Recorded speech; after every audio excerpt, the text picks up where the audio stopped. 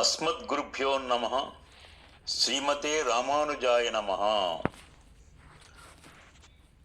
శ్రీమాధవాంఘ్రిజలజద్వయ నిత్యసేవా ప్రేమా విలాసయ పరాంకుశపాదభక్తం కామాదిదోషహరమాత్మ పదాశ్రితానాం రామానుజం యతిపతిం ప్రణమామి మూర్ధ్నా.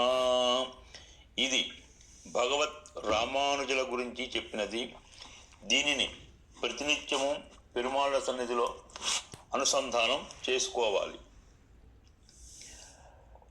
జలే రక్షతు వారాహః స్థలే రక్షతు వామనః అటవ్యాం నారసింహశ్చ సర్వతః పాతు కేశవః. మనము ఎప్పుడైనా ప్రయాణాలు చేస్తున్నప్పుడు చెప్పే శ్లోకం ఆపదామపహర్తారం దాతారం సర్వసంపదాం లోకాభిరామం శ్రీరామం భూయో భూయో నమామ్యహం అనే శ్లోకాన్ని ప్రతివారు చెప్తూ ఉంటారు. అలాగే ప్రయాణాలు చేసేటప్పుడు మనము జలే రక్షతు వరాహః, జలములో ప్రయాణము చేస్తున్నప్పుడు ఆ వరాహస్వామిని, స్థలే రక్షతు వామనః, భూమి మీద ప్రయాణము చేస్తున్నప్పుడు ఆ వామనమూర్తిని, అటవ్యాం నారసింహశ్చ, అడవులలో ప్రయాణం చేస్తున్నప్పుడు నరసింహస్వామిని, సర్వతః పాతు కేశవః, ఎప్పుడు ప్రయాణం చేసినా ఎక్కడికి ప్రయాణం చేసినా ఆ కేశవుణ్ణి ప్రార్థించాలి అని దీని అర్థం.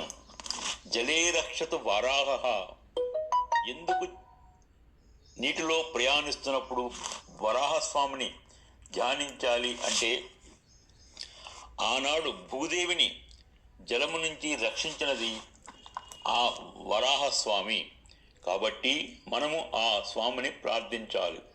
స్థలే రక్షతు వామనః, భూమి మీద ప్రయాణము చేస్తున్నప్పుడు వామనుడు, ఎందుకు అంటే ఈ భూమి అంతా ఆ వామనమూర్తిదే. వామనావతారం ఎత్తి బలిచక్రవర్తి నుంచి ఈ భూమిని అంతటినీ తన పాదములతో కొలిచిన స్వామి వామనుడు. అందుకే ఆ వామనుని ప్రార్థించాలి. అటవ్యాం నారసింహశ్చ, నారసింహస్వామి అందరికీ ప్రత్యక్ష దైవము, పిలిస్తే పలికే దైవము ఆ నారసింహుడు. ప్రహ్లాదుని రక్షించింది నారసింహుడు. ఆయన మన అందరికీ ఇలవేలుపు కాబట్టి ఆ నరసింహస్వామిని ప్రార్థించాలి. ఇక ఎక్కడికి వెళ్ళినా ప్రార్థించేది కేశవుడునే. ఆ కేశవుడు మనను రక్షిస్తాడు కాబట్టి జలే రక్షతు వారాహః స్థలే రక్షతు వామనః అటవ్యాం నారసింహశ్చ సర్వతః పాతు కేశవః అనే శ్లోకాన్ని ప్రతి ఒక్కరూ ప్రయాణ సమయంలో చెప్పుకుంటే వారి ప్రయాణము సుఖప్రదంగా జరుగుతుంది అని ఆశిద్దాం. ఇక సరస్వతీ నమస్తుభ్యం వరదే కామరూపిణి విద్యారంభం కరిష్యామి సిద్ధిర్భవతు మే సదా. ఇది విద్యారంభంలో ప్రతి ఒక్కరూ చెప్పే శ్లోకం ఆ సరస్వతీదేవిని గురించి. ఇక ఆ సరస్వతీదేవికి కూడా విద్యను ప్రసాదించింది ఎవరు అంటే హయగ్రీవులు. కాబట్టి మనము ముఖ్యముగా విద్యారంభ సమయములలో హయగ్రీవ ప్రార్థన చేసుకోవాలి. పెద్దవారిని స్మరించి చిన్నవారిని స్మరించడం సాంప్రదాయము. పెద్దవారికి నమస్కరించి చిన్నవారికి నమస్కరించాలి.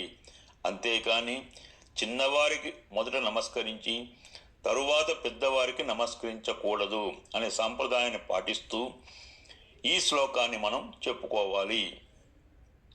జ్ఞానానందమయం దేవం నిర్మల స్ఫటికాకృతిం ఆధారం సర్వ విద్యానాం హయగ్రీవముపాస్మహే.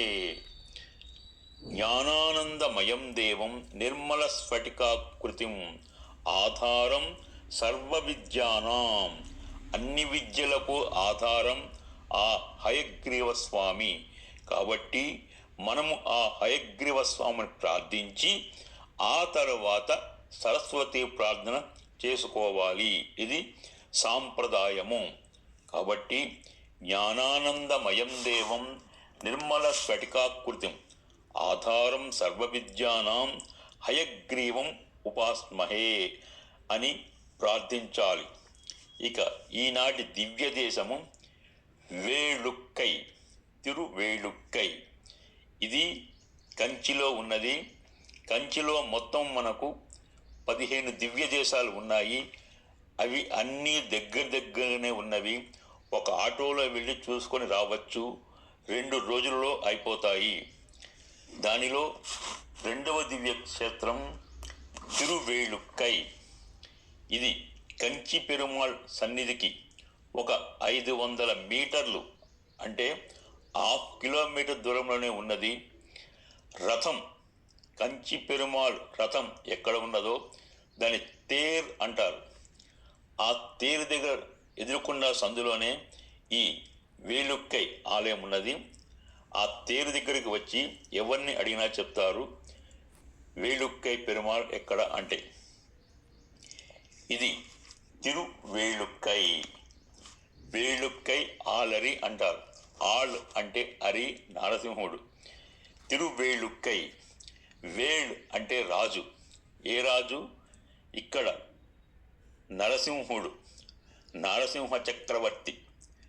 వేల్ ఇరుక్కై. ఆ నారసింహ చక్రవర్తి ఇరుక్కై అంటే ఉండేది, నారసింహుడు ఉండేది వేల్ ఇరుక్కై. వేల్ ఇరుక్కై కలిపితే వేడుక్కై అవుతుంది. ఆ నారసింహస్వామి వేడుకతో ఉన్నది అంటే ఇష్టముతో ఉన్నది ఈ తిరువేళుక్కై దివ్యక్షేత్రము. ఇది 46వ దివ్య దేశము మన దివ్య దేశాలలో. ఇక దీన్ని తిరుమంగయాళ్వార్ ఒక పాసురం అంటే ఒక వాక్యాన్ని అనుగ్రహించారు. మన్ను మదిలు కచ్చి వేలుక్కై యాలరియై. మన్ను మదిలు కచ్చి వేలుక్కై యాలరియై అని ఒక పాసురం. దీనిని తిరుమంగయాళ్వార్ మనకు అనుగ్రహించారు. దీనిని మనము ఆ దివ్యేశం వెళ్ళినప్పుడు మన్ను మదిలు కచ్చి వేలుక్కై యాలరియై అని ప్రార్థిస్తే సరిపోతుంది. ఇక ఉగ్రం వీరం అనే ఒక నరసింహస్వామి స్తోత్రం ఉన్నది.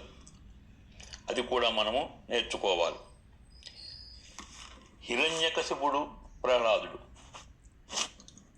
హిరణ్యకశిపుడు నాశనం అవడానికి, ప్రహ్లాదుడు అభివృద్ధి చెందడానికి కారణం ఏమిటి అంటే, హిరణ్యకశిపుడు అంతా నాదే, అంతా నాకే, ఎనక్కే ఎనక్కే ఎనక్కే అని ఒక అహంకారంతో ఈ భూమి అంతా నాదే, ఈ భూమిలో ఉన్న వాళ్ళందరూ నా మాట వినాలి, దేవతలందరూ నా మాట వినాలి అనే ఒక అహంకారంతో ఎనక్కే ఎనక్కే ఎనక్కే అని విర్రవీగటం వల్ల ఆయనకు నాశనం కలిగింది. ఇక ప్రహ్లాదుడు నిరంతరము ఉనక్కే ఉనక్కే ఉనక్కే, నీకే నీకే నీకే అని ప్రార్థించటం వల్ల ఆ పరమాత్మని అనుగ్రహం కలిగి ఆయనకు అభివృద్ధి జరిగింది. కాబట్టి ఎప్పుడు మనము ఆ పరమాత్మ గురించి ఉన్నాము అని తెలుసుకోవాలి. నమస్కారము అంటే ఏమిటి? ప్రతిరోజు అందరికీ నమస్కారం పెడుతూనే ఉంటాము, కానీ అది ఒక వేడుకైపోయింది.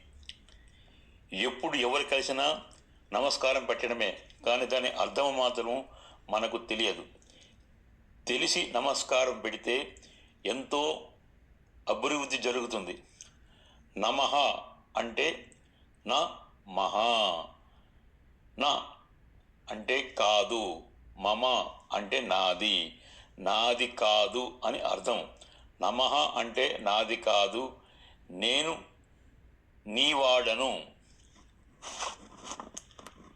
నేను నీకన్నా తక్కువ వాడను, నీవు చెప్పినట్టు వింటాను, నీకు దాసుడను అని చెప్పే పదమే నమః అంటే. అటువంటి నమః అనే పదాన్ని నమస్కారాలు పెడుతూ పాటించకుండా నమస్కారం పెట్టడం వెంటనే వాడిని తిట్టడం. ఏమి లాభం దీనివల్ల? కాబట్టి ఏ పని చేసినా అర్థం తెలుసుకొని చేయాలి. అర్థం తెలుసుకొని చేస్తే ఆ పనికి ఒక విలువ ఉంటుంది. జై రామానుజ, జై జై రామానుజ.